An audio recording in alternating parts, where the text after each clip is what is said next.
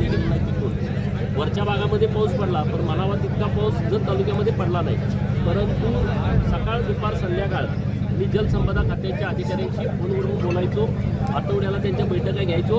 आता जिथं मैशाळचं पाणी गेलं आहे तिथं आताही मी तुमच्याशी बोलत असताना सुद्धा मैशाळचं पाणी गावागावामध्ये देण्याची व्यवस्था सरकारच्या माध्यमातून केलेली आहे.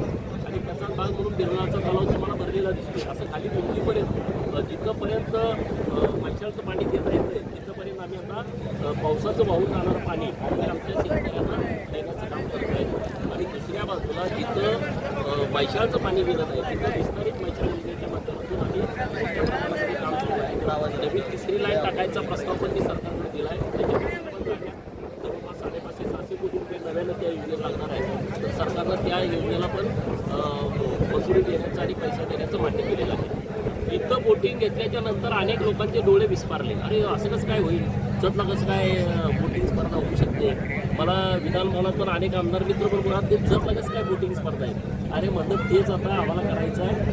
जतकडे जो बघण्याचा तुमचा सगळ्यांचा दृष्टिकोन आहे तो आम्हाला बदलवायचा आहे. आम्हाला तो दुष्काळी कलंक नको आहे. आमचा जत सुधारण्याचा प्रयत्न करतोय, बदलण्याचा प्रयत्न करतोय. हे बोटिंगच्या माध्यमातून मला महाराष्ट्राला संदेश द्यायचा होता. महाराष्ट्राच्या कानाकोपऱ्यातून प्रत्येक जिल्ह्यातून मुलींचं आणि मुलांचं बोटिंगची टीम इथं जतमध्ये दाखल झालेले जवळपास 500 खेळाडू हे महाराष्ट्राच्या कानाकोपऱ्यातून जतमध्ये आलेले आहेत. त्यांचं आम्ही स्वागत केलेलं आहे. पहिल्या दिवशी आल्याच्या नंतर बोट घेऊन त्यांनी अखंड जत शहरामध्ये रॅली काढली.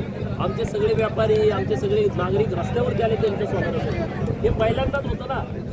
बरीच लोक आले म्हणजे आम्ही बोट बघितलीच नाही. बोटिंग बघायचा विषयच नाही ना आमचा काही इकडं संबंधच नाही. एक तर आम्ही समुद्रकिनारी नाही किंवा आम्ही नदी किनारी नाही.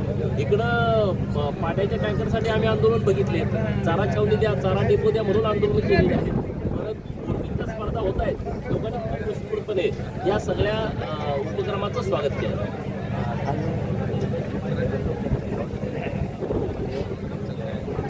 सांगितलंय ना, सदाभाऊनी सांगितलं. हे बघा, हा उद्धव ठाकरे हा सूर्याजी पिसाळाची अवलाद आहे. 2019ला या महाराष्ट्रातल्या जनतेने देवाभाऊला मुख्यमंत्री होण्याचं बहुमत दिलं होतं. आणि तुम्ही नैसर्गिक अलायन्स केली.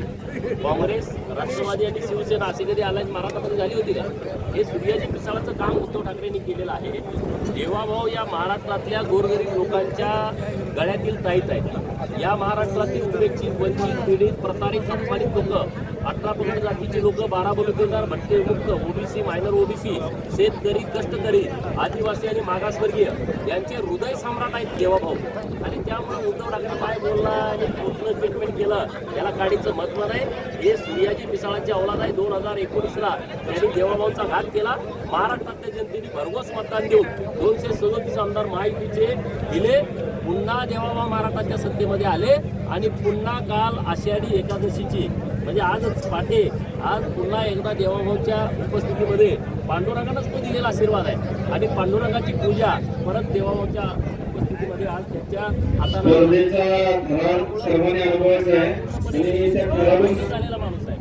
रोज दिव्याच्या गाड्या मागतो श्रीकडं.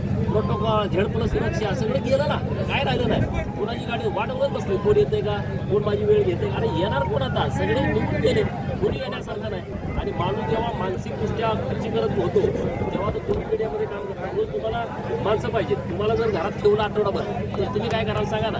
रोज ह्या पार्टीचा माणूस त्या पार्टीचा पुढे जाऊन तुम्ही प्रश्न विचारताय आणि 8 दिवस तुम्हाला घरात ठेवलं तर तुमची मानसिकता बिघडेल. तशा पद्धतीनं उद्धव साहेबांची मानसिकता पूर्णपणे बिघडलेली आहे. तिकडे तो वेळ पण मागणार आणि तिकडे भेटायला पण कोणी येणार. सगळी गर्दी आता भाजपाकडे आहे. सगळी गर्दी आता एकनाथ शिंदे साहेबांच्या शिवसेनेकडे आहे. त्यामुळे आता त्यांचं वैफल्यग्रस्तपणातून केलेलं तरी ते स्टेटमेंट आहे. आगे देखो होता है क्या.